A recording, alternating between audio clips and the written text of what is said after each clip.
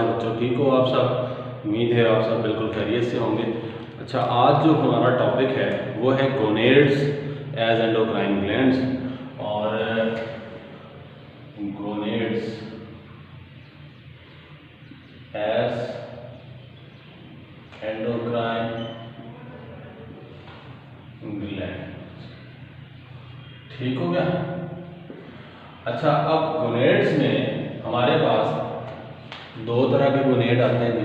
एक आते हैं आपके पास फीमेल में ओवरीज, और दूसरा आपके पास आते हैं मेल में टेस्टिस। तो पहले हम बात कर लेते हैं जी वो ओवरीज की बात कर लेते हैं। अच्छा, फीमेल के अंदर जी दो ओवरीज होती हैं, सेम स्ट्रक्चर होता है, और ओवरीज जो है वो आपके सिलेबस के हिसाब से दो हार्मोन्स पैदा करती हैं। एक का नाम है एस्ट्रोजन और दूसरे का नाम है प्रोजेस्टेरॉन। अच्छा, ये दोनों हार्मोन्स जो है वो बहुत पैदा कब होते हैं? पहली बात तो ये है कि हम बात कर लेंगे जी एस्ट्रोजन की, और एस्ट्रोजन जो है वो फॉलिकल्स, डेवलपिंग फॉलिकल्स का काम है एस्ट्रोजन को इनिशियली पैदा करना। डेवलपिंग फॉलिकल्स एस्ट्रोजन कब पैदा करते हैं कि जब FSH फ्रॉम पिट्यूटरी, आपको याद होगा फ्रॉम पिट्यूटरी, ठीक हो गया, और पिट्यूटरी ग्लैंड से FSH आता है, आपने पढ़ा था एंटीरियर पिट्यूटरी से आता है, ठीक है। तो वो जब टारगेट करता है किसको?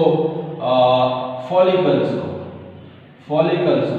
और फॉलिकल्स को फॉर डेवलपमेंट, कौन से प्रोसेस के लिए? उनकी डेवलपमेंट के प्रोसेस के लिए टारगेट करता है। तो वो जो डेवलपिंग फॉलिकल्स होते हैं, ठीक है, ये FSH ने टारगेट किया है फॉलिकल्स को, और डेवलपिंग जो फॉलिकल्स होंगे वो प्रोड्यूस करने लग जाते हैं एस्ट्रोजन हार्मोन। ठीक हो गया? यानी कि हमें ये पता चला कि भाई ये डेवलपिंग फॉलिकल्स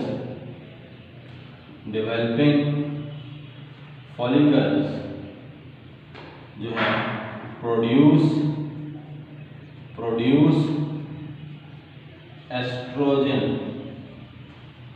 ठीक है। डेवलपिंग फॉलिकल्स जो हैं उनका काम है कि वो एस्ट्रोजन को पैदा करें, ठीक। अब ये जो एस्ट्रोजन डेवलपिंग फॉलिकल्स ने पैदा किया है, इसका काम क्या है? तो इसके आपने कुछ काम है 2 से 3, वो आपने याद रखने हैं, और उसी के बारे में आपसे क्वेश्चन भी किया जाएगा। तो एस्ट्रोजन का जनाब हम फंक्शंस की बात कर लेते हैं। तो फंक्शंस में जो इसका पहला फंक्शन है वो क्या है? वो है जी development and maintenance of endometrium. Endometrium होता है यूट्रस की सबसे अंदर वाली वाल, जो कि टेम्परेरी बनती है, 28 डेज के साइकिल में बनती है और टूट जाती है अगर प्रेगनेंसी ना हो। लेकिन अगर प्रेगनेंसी हो तो वो वाल है जिसमें जाइगोट ने इम्प्लांट होना होता है, एडजस्ट होना होता है जिस वाल के अंदर, ठीक है, उसे हम एंडोमेट्रियम बोलते हैं। और एंडोमेट्रियम को बनाने का काम और उसको इनिशियली मेंटेन करने का काम किसका है? एस्ट्रोजन का है। तो हम यहाँ लिख देते हैं कि development and maintenance of endometrium, ठीक होगा। एक काम इसका ये होगा। दूसरा काम क्या है कि ये एंडोमेट्रियम को ही स्टिमुलस देगी और उसके अंदर ऐसा प्रोटीनेशियस फ्लूइड पैदा करवाएगी जो जाइगोट की इनिशियल न्यूट्रिशन के लिए काम आएगा। जब इम्प्लांट होगा, उसको शुरू में जो खाना चाहिए होगा वो असल में पैदा करवाना भी एस्ट्रोजन का काम है, ठीक है। Stimulates the endometrium to produce proteinaceous fluid for nourishment of zygote, ठीक हो गया। जाइगोट की नरिशमेंट के लिए जो प्रोटीनेशियस फ्लूइड है वो पैदा करवाना भी किसकी जिम्मेदारी है? वो जिम्मेदारी है जी एस्ट्रोजन हार्मोन की। अच्छा जी, तीसरा काम क्या है? तीसरा काम है इसका,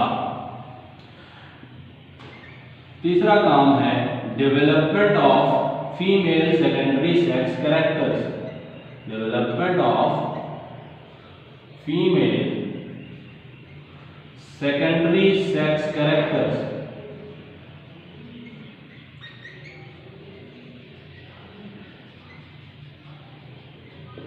ठीक है, फीमेल के सेकेंडरी सेक्स कैरेक्टर्स को डेवलप करवाना भी इसका काम है। सेकेंडरी सेक्स कैरेक्टर्स क्या होते हैं? सेकेंडरी सेक्स कैरेक्टर्स होते हैं जैसे जिनसे फीमेल को आप आइडेंटिफाई कर सकते हो, उनकी वॉइस को बनाना, ठीक हो गया, उनका बॉडी स्ट्रक्चर बनाना पूरा का पूरा, ठीक है, उनके मस्कुलेचर को सेट करना, ठीक है, और जिन जिन कैरेक्टर से फीमेल की आइडेंटिफिकेशंस होती हैं उन कैरेक्टर्स को बनाना बेसिकली किसका काम है? एस्ट्रोजन हार्मोन का काम है।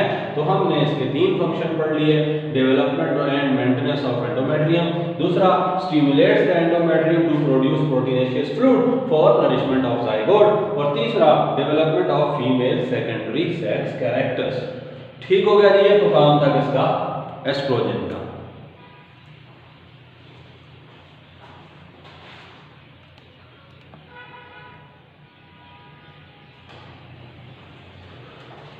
अच्छा जी, एस्ट्रोजन का काम आपने पढ़ लिया, 3 फंक्शन। अब बारी है प्रोजेस्टेरॉन हार्मोन की। तो प्रोजेस्टेरॉन के बारे में हम क्या करते हैं कि भाई ये रिलीज होता है रप्चर्ड फॉलिकल से। रप्चर्ड फॉलिकल क्या होता है कि जब एक मैच्योर फॉलिकल जो होता है वो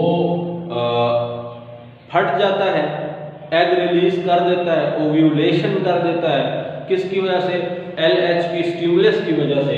तो वही रप्चर्ड फॉलिकल एक ग्लैंड्यूलर स्ट्रक्चर में कन्वर्ट हो जाता है, बार बार LH की स्टिमुलस की वजह से, LH ल्यूटिनाइजिंग हार्मोन, और वो स्टिमुलस की वजह से वो रप्चर्ड फॉलिकल जो है वो कन्वर्ट हो जाता है कॉर्पस ल्यूटियम में।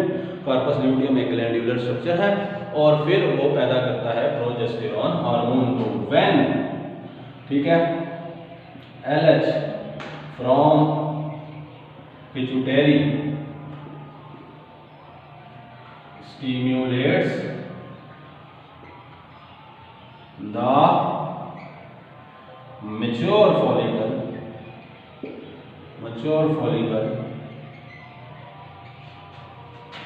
it results in ovulation. It results in ovulation, ठीक है, एग रिलीज हो जाता है, और द रप्चर्ड फॉलिकल, वो जो फटा हुआ फॉलिकल है, रप्चर्ड फॉलिकल, ठीक है, converts into corpus luteum. Corpus luteum किस वजह से? Due to continuous stimulus of LH। जो रप्चर्ड फॉलिकल है वो कन्वर्ट हो जाता है, ठीक है, कॉर्पस ल्यूटियम में, किसकी कंटिन्यूअस स्टिमुलस की वजह से? LH की कंटिन्यूअस स्टिमुलस की वजह से। और फिर क्या होता है कि कॉर्पस ल्यूटियम प्रोड्यूस करता है प्रोजेस्टेरॉन हार्मोन, ठीक है, corpus luteum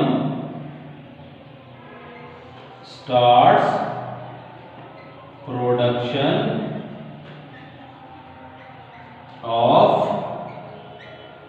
corpus luteum starts production of progesterone hormone.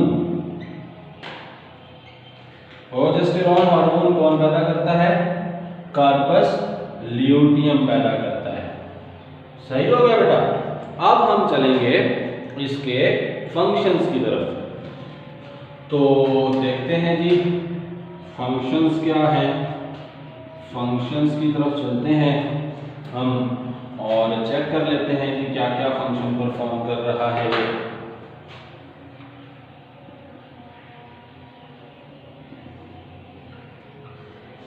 अच्छा जी, फंक्शंस में पहला फंक्शन है जी, it inhibits the further development of further maturation of developing follicles. जो भी डेवलपिंग फॉलिकल्स होते हैं, ठीक है, वो उनको इनहिबिट कर देता है। मजीद कोई फॉलिकल अब मैच्योर नहीं होगा, किसी में से एग नहीं बनेगा, ओव्यूलेशन नहीं होगा। तो पहला काम है inhibits the development of further developing follicles, further follicles, ठीक है, फर्दर फॉलिकल्स जो है मजीद उनको डेवलप नहीं होने देगा, ठीक है। पहला काम इसका ये हो गया जी। दूसरा काम क्या है जी इसका? दूसरा काम है कि एस्ट्रोजन एक हद तक सपोर्ट कर रहा है इनिशियली प्रेगनेंसी को, लेकिन जो मोस्ट ऑफ सपोर्ट देनी है बाद में प्रेगनेंसी के दौरान वो देनी है प्रोजेस्टेरॉन ने। और ये क्या कर देता है कि जो एंडोमेट्रियम है उसमें मैक्सिमम ब्लड कैपिलरीज को बनवाता है ताकि बॉडी से, फीमेल की मदर की बॉडी से ज़्यादा ब्लड सप्लाई हो एंडोमेट्रियम को जिसमें जाइगोट ने लगना है, और जाइगोट की न्यूट्रिशन के लिए और उसको सप्लाई जो है वो बहुत ज़्यादा से ज़्यादा अच्छी तरह से हो जाए। हम इसको कहते हैं वेस्कुलराइजेशन। वेस्कुलर सिस्टम आपको याद होगा, ट्रांसपोर्ट के सिस्टम को वेस्कुलर सिस्टम कहते हैं। जैसे vascular bundles of plant, xylem phloem, इसी तरह blood vascular system of human being, ठीक हो गया। और water vascular system of star fish. Vascular का मतलब होता है ट्रांसपोर्ट। तो ये क्या करता है कि फर्दर वेस्कुलराइजेशन